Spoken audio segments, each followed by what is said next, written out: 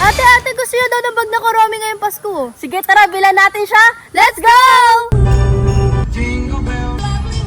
Bugs. So, bili na tayo ng bag. Request ng mami niya, pang 6 years old. Yes. Okay, nandito na tayo sa mga bags. Ma'am, ano pong hanap niyo? Meron po tayo dito Hello Kitty, MM. Meron po bang Kuromi? Ano hawak mo? Ito na pala. Ano pong hawak mo? Ito ang cute oh. How about me? Titingin kami ng bags. Last week. Anong pipiliin nating color? Alam ko na, bato-bato pics na lang tayo. 2, 3, go. Bato-bato pic. Talo ka. O, ako na. Blue ako, ah. Okay, hanap naman tayo ng school supplies pa na Kuromi din. Yes.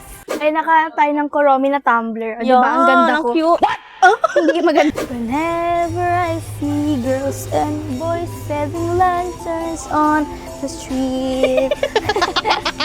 Okay, may bag na, may tumbler. Anong next? Next naman, bibili tayo ng mga papel, pencil. Ayan. Ayan. Magkano to? Tignan natin mo. yan. Oy, di na tinignan yung pressure, no? Punong-puno ng Kuromi, oh. Diba Ang cute. Add ka ng stickers. Eto. Ang ganda. Oh, cute. Ito pa, oh, tinan mo. Ala, ang cute. Ang Kuromi to. Add. Papa-picture kay Caitlyn. So, ayan guys, nabili ko na yung wish niya ngayong Pasko. Ngayon naman, ipadala na natin to sa kanya.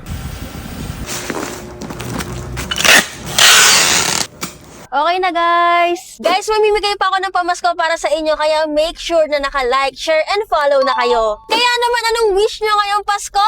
Mag-comment na!